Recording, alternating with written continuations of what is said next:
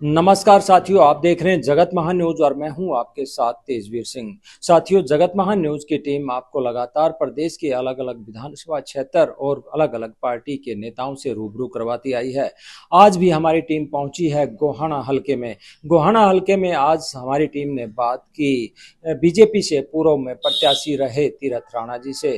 तीरथ राणा जी से हमने उनके विजन और उनके द्वारा गोहाना हलके में करवाए गए कार्यों के बारे में जाना। आइए जानते हैं उन्होंने इस दौरान क्या कहा। आइए तीरथ राणा जी से जानते हैं कि तीरथ राणा जी जो कि गोहाना हलके से अगर टिकटों की बात करें तो टिकट की लाइन में सबसे पहले नंबर पे हैं। इनसे जानते हैं कि ये क्या सोचते हैं। तीरथ राणा जी, आपका स्वागत है। जी नमस्कार सभी दर्शकों को भी राम राम। जी, तीरथ राणा जी, आप पीछे प्रत्याशी रहे, काफी मजबूती से आपने चुनाव लड़ा, लेकिन कुछ सोशल इंजीनियरिंग हुई जिसके कारण चुनाव नहीं जीत पाए। लेकिन अब की बार भी आपका नाम सबसे आगे चल रहा है, तो आप किस प्रकार से देखते हैं इस विधानसभा चुनाव? देखो, पिछले चुनाव में टिकट मिली, उसके बाद जो समीकरण बने, यहाँ से जो राजकुमार सैनी का आना हुआ एकदम अचानक यहाँ से, तो उसने सभी समीकरणों को, यहाँ के समीकरणों को खराब किया। नहीं तो यहाँ से बड़ी जीत होनी थी। लेकिन जो भी हुआ, उसके बाद हम चुनाव हारने के बाद यहाँ से जनता के बीच में, लोगों के बीच में, और जो जो समस्याएं लोगों की आती हैं उनके बीच में सेवा करने का काम करते हैं। मनोहर लाल जी ने अच्छा काम किया, प्रदेश को गति दी, विकास के कार्यों को गति दी, और उन्हीं कार्यों को आगे बढ़ाते हुए आदरणीय नायब सिंह सैनी जी लगातार कार्य कर रहे हैं और हरियाणा आगे बढ़ रहा है। कुछ नाराजगियां देखने को मिल रही थी, जैसे कर्मचारी नाराज थे, किसान नाराज थे, कुछ सरपंच नाराज थे। लेकिन नायब सिंह सैनी जी जैसे ही मुख्यमंत्री बने हैं, उन्होंने कुछ कड़े फैसले लिए हैं और जनता को राहत देने का प्रयास किया है। आप क्या सोचते हैं? विपक्ष जरूर उस पर सवाल खड़ा करता है। नहीं, बिल्कुल, मैं नायब जी का धन्यवाद करता हूँ और साधुवाद देता हूँ। मुख्यमंत्री जी ने जैसे सरपंचों का फैसला था, एक अच्छा फैसला लिया, और सरपंचों की जो 20 लाख तक की, पहले 21 लाख की, और टीएडी का भी, भाड़े का भी, कंप्यूटराइज होने का भी, आपने जो केस चलती थी कोर्ट में, हाई कोर्ट में, उनमें फीस का भी, तो कई ऐसे प्रावधान नायब जी ने किए हैं और सराहनीय फैसले हैं, और इसे सरपंच भी खुश हैं। कर्मचारी के हितों में भी अच्छे फैसले लिए हैं, कर्मचारी भी खुश हैं, और चारों तरफ हरियाणा में खुशी का माहौल है। सरपंच भी खुश, कर्मचारी भी खुश, आम जनता के लिए भी लगातार सेवा का कार्य नायब सैनी जी कर रहे हैं। और ये मैं देखो, आप रात के 12-12 बजे तक भी सीएम हाउस में लोगों से मिलने का काम नायब जी सैनी जी कर रहे हैं। जी, गोहाना की बात है और गोहाना की राजनीति आप करते रहे हैं और अभी भी कर रहे हैं, तो गोहाना को जिला बनाने की बात मुख्यमंत्री जी जो है कह के गए हैं, और साथ में पश्चिमी बाईपास की भी आप लगातार मुख्यमंत्री जी से आपने मनवाया भी था। तो वो बन नहीं पाया, लेकिन आप वो भरोसा दे के गए हैं। आप कैसे देखते हैं? उसमें कुछ अड़चने हैं, कुछ जमींदारों की वजह से, तो उसको कई बार, 2-3 बार हमारी मनोहर लाल जी से भी बात हुई थी इसके बारे में, और नायब जी से भी बात हुई। उन्होंने विश्वास दिलाया है कि मैं इस काम को पूरा करूँगा, चाहे उसको थोड़ा इधर उधर घुमा के निकालने की बात हो, लेकिन निकालने का जरूर काम करें।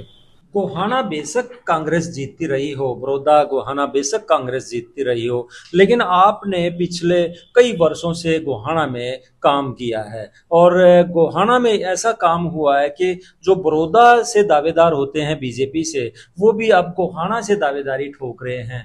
आप ठीक है कि पहले नंबर पे आते हैं, आपका नाम सबसे सुर्खियों में है, लेकिन उसके बावजूद दावेदारों की लंबी फहरिस्त है। ऐसा क्या किया आपने गोहाना हल्के में? नहीं, मैं चुनाव हारने के बाद, तेजवीर जी, चुनाव हारते ही मैं गोहाना में जनता के बीच में, लोगों के बीच में, सुख दुख में आना सभी के। चुनाव हारने के बाद तो एक कोरोना काल का समय था, मैंने कोरोना काल में भी लोगों के बीच में रहने का काम किया और सेवा करने का काम किया। हम जिन परिवारों से आते हैं, हम मीडियम परिवारों में हम मेहनत ही कर सकते हैं। मैंने लोगों के बीच में रह के मेहनत की है, लगातार सेवा की है, और जितनी मेरे से बनी मैंने उससे भी ज़्यादा कोशिश की है कि भाई मैं 24 घंटे यहाँ गोहाना में रहा हूँ और लोगों के सुख दुख में आने का काम किया है। मैं नहीं मानता भाई कोई भी कैंडिडेट है, सबका अधिकार है जो राजनीति में आए, और सब ने मांगनी चाहिए। जो बरोदे वाले भी मांगो, गुआने वाले गुआने भी मांगो। ये फैसला पार्टी का होता है। पार्टी ने पीछे भी आशीर्वाद दिया था और अब भी आशीर्वाद देगी। हम यहाँ से ये सीट निकालने का काम करेंगे और जनता की सेवा करने का काम करेंगे। पिछली बार एक छवि बना दी गई थी तीरथ राणा की कि इनके साथ पहलवान घूमते हैं, ये तो बहुत दबंगई टाइप की राजनीति करेंगे। लेकिन आप लगातार जनता के बीच में रहे, पोलाइटली तरीके से लोगों से सबसे मिले और आपने एक अपनी अच्छी छवि बनाई, जिसके कारण आज दावेदारों की लंबी फहरिस्त गोहाना से नजर भी आ रही है। तो आप किस तरह से देखते हैं, कितना मतलब माहौल बदला जो आपकी छवि बना दी गई थी? देखो, चुनाव में नेरेटिव चलाए जाते हैं और उस समय जो नेरेटिव चला, शहर के आदमी मेरे को ज़्यादातर जानते नहीं थे। बहुत थोड़े आदमियों से मेरा परिचय था। ग्रामीण अंचल में ज़्यादा समय रहा और जिस तरह का मेरा बनाया गया, ये माहौल बनाया गया, लोगों को उसी तरह विश्वास हो गया। और उसमें खासकर जब पास रहने वाला आदमी इस तरह की उस चीज़ में शामिल हो जाए, नैरेटिव में शामिल हो जाए, तो लोगों को जचती है बात। लेकिन 5 साल लोगों के बीच में रहे तो उन्होंने पता चला भाई हमारे व्यवहार का भी, आचरण का भी, संस्कार का भी, तो सब ने पता चला भी किस तरह से है। और उसी के अनुरूप हमने काम किया है और आगे भी करते रहेंगे। और जनता की सेवा है, परमात्मा आशीर्वाद दे और हम लगातार सेवा करते मैं कई प्रोग्राम में शामिल रहा जहां पे आप भी पहुंचे चीफ गेस्ट के रूप में, लेकिन आप जैसे शहर की जो प्रोग्राम थे उनमें भी आपने माताओं महिलाओं में जो है आप चरण स्पर्श करना नहीं भूलते थे, वो भी आपको आशीर्वाद देना नहीं भूलते थे। तो इतना प्यार आपको गोहाना में मिला, इस तरह की छवि बना दी गई थी, उसके बाद जो आपको प्यार दिया शहर की जनता ने भी, उसको कैसे देखते हैं? देखो, ये हमारे संस्कार हैं और ये बचपन से ही हैं। जी। बचपन से बाहर रहे, स्कूल में पढ़े, अखाड़े में रहे, तो वहाँ संस्कार, गुरुओं ने संस्कार दिए। पढ़ाई के समय भी हम हमारे गुरुजी थे, शमशेर गुरुजी, उन्होंने भी हमारे को अच्छे संस्कार दिए। खेल के समय ओम प्रकाश दहिया जी थे, उन्होंने हमारे को अच्छे संस्कार दिए। और अच्छी संगत में रहे तो उससे संस्कार यही रहे कि बड़े बुजुर्गों को आज भी मैं रिगार्ड करते हैं, सम्मान करते हैं। पैर छूने से वो आशीर्वाद भी देते हैं और हमने छूने भी चाहिए, इसमें कोई, मैं तो बुराई नहीं मानता। मैं तो ये कहता हूँ कि अपने बड़ों के, सभी के पैर छू। और मेरी आदत है आज भी माता पिता, दादा दादी, काका ताऊ, सभी के पैर छूने की। और शहर में भी मैं, जैसे बड़ी माताएं बहनें मिलती हैं, उनके भी, बुजुर्गों के भी, तो एक संस्कार है ये हमारे अंदर, ये इसमें जिला अध्यक्ष आप नहीं रहे और लेकिन आज भी आपका 24 घंटे दरबार खुला रहता है, आज भी आप यहाँ लोगों की बात सुनते हैं। तो क्या ये ऐसे ही सिलसिला चलता देखो, मैं ये रहेगा? मानता हूँ या तो सेवा में ना आओ, अगर सेवा में आओ तो आप 24 घंटे काम करो। आप ये नहीं, सेवा ये नहीं होती कि 6 महीने आगे चुनाव के हम आगे, मैं भी सेवक हूँ, मैं भी समाज सेवी हूँ, 6 महीने आए और आप टिकट के लिए भागे, दौड़ करी, नहीं मिली तो भाग गए।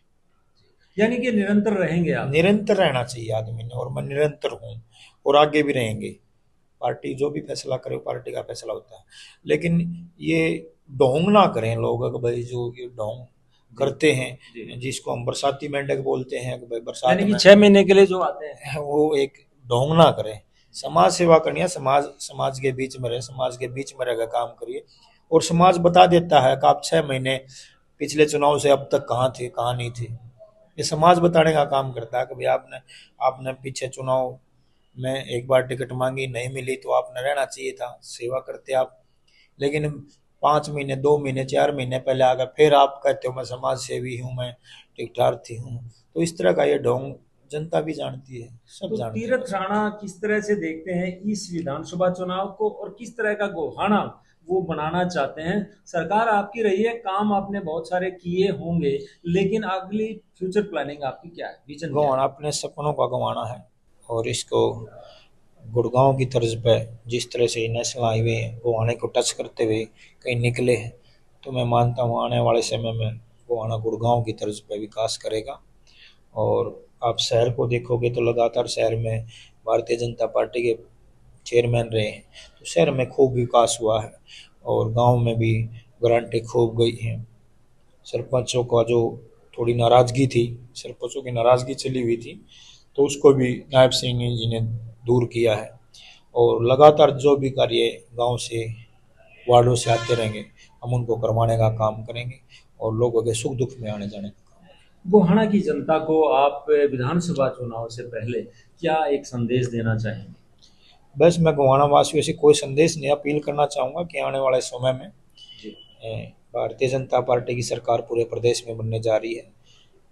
जैसे अमित शाह जी पंचकुला में आए थे, सभी का मार्गदर्शन किया और एक हौसले के साथ सभी को विश्वास दिलाया कि भी 60 से 70 सीटें हम जीतने जा रहे हैं हरियाणा में, उसमें गोहाना की भी सीट हो, गोहाना का विकास हो, क्योंकि लंबे समय से आपने विपक्ष को भी देखा है और ये लगातार कांग्रेस की सीट रही है, तो एक मौका बीजेपी को भी जरूर दें।